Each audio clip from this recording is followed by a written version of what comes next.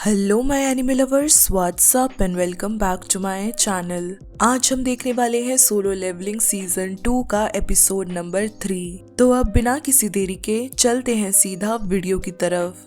Dungeon red के दौरान यो जिनहू झटके में आ जाता है जब वो पहली बार संग जिनवू की शैडो आर्मी देखता है। शैडो सोल्जर्स रेड में अपनी ड्यूटी बहुत अच्छे से करते हैं। वो सिर्फ मैजिक बीस्ट का सफाया ही नहीं करते बल्कि उनसे मिलने वाले एसेंस स्टोन्स भी इकट्ठा करते हैं। अगले सीन में हमें एक अननोन डंजन को दिखाया जाता है जहां एक अमेरिकन हंटर घबराया हुआ होता है क्योंकि एक जंगली दिखने वाले आदमी ने उसकी टीम को बेहोश कर दिया था। अमेरिकन होने के कारण हंटर उस आदमी की भाषा को समझ नहीं पाता। जिनवू और जिनहो अपनी 19th रेड को पूरा करने का जश्न बियर और बारबेक्यू के साथ मनाते हैं। जिनहो का अगला प्लान है कि वो गिल्ड मास्टर लाइसेंस के लिए एक रिटन एग्जाम क्लियर करेगा जिससे वो अपने डैड को साबित कर सकता है कि वो अपने फैमिली गिल्ड को संभालने के लायक है। नशे में जिनहो इमोशनल हो जाता है और अपने दिल की बात जिनवू को बताते हुए कहता है कि उसका एक बड़ा भाई है जिसने आज तक उसे भाई जैसा ट्रीटमेंट नहीं दिया।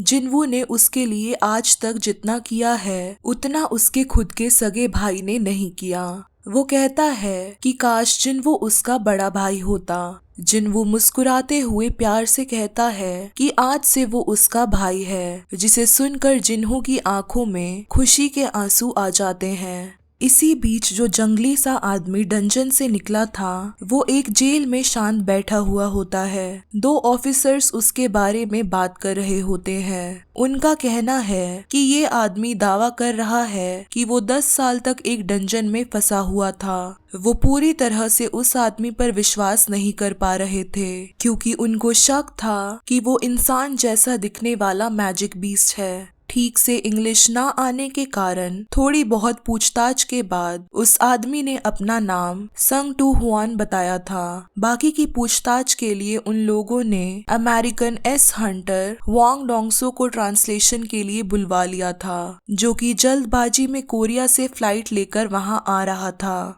जिनवू एक हफ्ते के लिए डीमन किंग्स कासल जाने की तैयारी करता है। उसकी बहन जिन्हा कमेंट करती है कि वो आजकल काफी बिजी रहने लगा है। वो अपना शक जताते हुए कहती है कि उसने पक्का कोई गर्लफ्रेंड बना ली है जिसके बारे में वो उससे छुपा रहा है। जिनवू के दिमाग में सिर्फ एलिक्सियर ऑफ लाइफ क्वेस्ट ही चल रहा होता है जिसका इस्तेमाल करके वो अपनी माँ की बीमारी का इलाज कर सकता है। कासल में एंटर करते ही सिस्टम उसे एक मिशन देता है जिसमें उसे 10,000 मैजिक बीस्ट को मार के उनकी सोल्स को कलेक्ट करना था। इतने टफ मिशन के बावजूद अपनी माँ को बचाने के लिए वो बिना किसी हिचकिचाहट के क्वेस्ट एक्सेप्ट कर लेता है। दूसरी तरफ जिनहो अपने डैड से रिक्वेस्ट करता है कि योजिन गिल्ड की जिम्मेदारी उसके बड़े भाई से लेकर उसे दे दी जाए क्योंकि उसका भाई गिल्ड में बाहर के आदमी को गिल्ड मास्टर बनाना चाहता था, जबकि जिनहो चाहता था कि उनकी फैमिली का ही कोई मेंबर गिल्ड की जिम्मेदारी उठाए। जिनहो के डैड इस बात पर सस्पिशन जताते हैं कि संग जिनवू नाम का हंटर जिस पर पिछले काफी सारे एलिगेशंस लगे हैं उसका ताल्लुक जिनहो के साथ है और जिनहो ने उसकी मदद से ही ये गिल्ड मास्टर लाइसेंस भी हासिल किया है। उन्होंने ये बात भी सुना था कि व्हाइट टाइगर गिल्ड के रेड गेट रेड में जिनवू ने ही बॉस बीस्ट को हराकर लो रैंक हंटर्स की जान बचाई थी। जिनहो के डैड पहले तो उसकी रिक्वेस्ट को लेकर श्योर नहीं होते, लेकिन फिर वो उसे गिल्ड की जिम्मेदारी सौंपने के लिए रेडी हो जाते हैं इस शर्त पर कि उसे व्हाइट टाइगर गिल्ड से पहले जिनवू को योजिन गिल्ड का हिस्सा बनाना होगा। जिनहो तुरंत उनकी इस शर्त के लिए हाँ कह देता है क्योंकि उसे यकीन था कि जिनवू उसकी बात को कभी मना नहीं करेगा। सीन दोबारा से डीमन कासल का दिखाया जाता है जहां जिनवू ने डीमंस को मार के उनकी सोल को कलेक्ट कर लिया था। फर्स्ट फ्लोर क्लियर करने के बाद उसे सेकंड फ्लोर में जाने का परमिट मिल जाता है जहां से भी उसे सोल्स कलेक्ट करने थे। डीमन कासल बिल्कुल एक बिल्डिंग की तरह है जिसमें टोटल 100 फ्लोर्स हैं जिनको क्लियर करने के बाद ही जिनवू अपने गोल तक पहुंचेगा। कासल में इजीली ट्रैवल करने के लिए वो रेड गेट से एक्सट्रैक्ट किए हुए बॉस बियर के शैडो को समन करता है। काफी स्ट्रॉन्ग होने के कारण वो उसका नाम टैंक रखता है। लगातार डीमन से फाइट करके जिन्वू 49 फ्लोर्स क्लियर कर देता है, जिससे उसका 10,000 डीमन सोल कलेक्ट करने का क्वेस्ट पूरा हो जाता है। कासल के अंदर अब तक कई दिन गुजर जाते हैं। जिन्वू के पास सर्वाइवल के लिए ज्यादा खाना भी नहीं बचा था, जिसके कारण उसे जल्द से जल्द फाइनल डीमन को हरा के यहाँ से निकलना था। 50th फ्लोर में जाने के लिए उसको lower rank floor boss avaricious Vulcan को हराना होगा, जो कि एक विशाल और पावरफुल डीमन था। जिन्वू अपनी शैडो आर्मी को बुलाकर बाकी डीमन से उन्हें फाइट करने का ऑर्डर देता है। वहीं वो खुद वल्कन को हराने के लिए तैयार हो जाता है। वल्कन की ताकत और बुद्धि उसे एक मुश्किल ओपोनेंट बनाती है, लेकिन जिन्वू अपनी स्किल और स्ट्रेटजी का यूज करके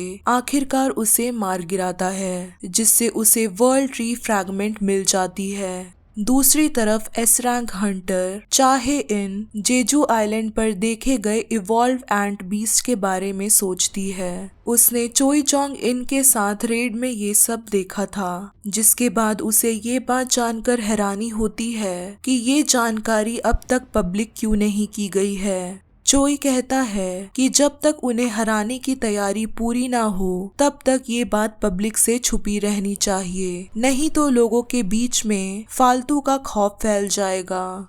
अमेरिका में वांग डोंगसो संग टू हुआन से इंटेरोगेशन करता है, जो बार बार उस पर मैजिकल बीस्ट होने का इल्जाम लगाता है, जिससे तंग आकर संग टू हुआन अपना डीएनए टेस्ट देने के लिए तैयार हो जाता है, जो साबित कर देगा वो इंसान ही है। साथ ही वो हुआंग डोंगसो को चेतावनी देता है कि डंजन और मैजिकल बीस्ट तो बस एक छोटी सी शुरुआत है, असली मुसीबत तो अभी आना बाकी है और वो इस मुसीबत से धरती को प्रोटेक्ट करना चाहता है। हुआंग को जल्द ही मालूम पड़ता है कि संग टू हुआन का एक बेटा भी है, जिसका नाम जिन्वू है। हुआंग धमकी देते हुए कहता है कि बहुत जल्द दोनों बाप बेटे उसके हाथों मारे जाएंगे। इस बात को सुन के संग टू हुआन को गुस्सा आ जाता है और अपनी शक्तियों से वो हुआंग को पीट कर बिल्डिंग तोड़ देता है और बिना कोई निशान छोड़े वहां से गायब हो जाता है।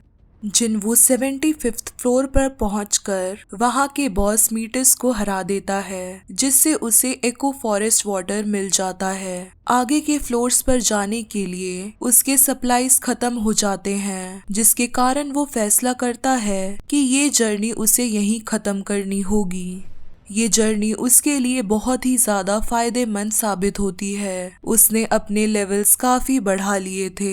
उसे एलिक्सियर ऑफ लाइफ का भी 2 मटेरियल मिल चुका था और अब बस एक मटेरियल बाकी था। उसे एक सीक्रेट डंजन की भी मिलता है, जिसका इस्तेमाल उसे अभी तक नहीं मालूम चला था। जिन्वू अपने मन में ठान लेता है कि वो जल्दी ही यहाँ वापस आएगा और अपना बचा हुआ मिशन पूरा करेगा।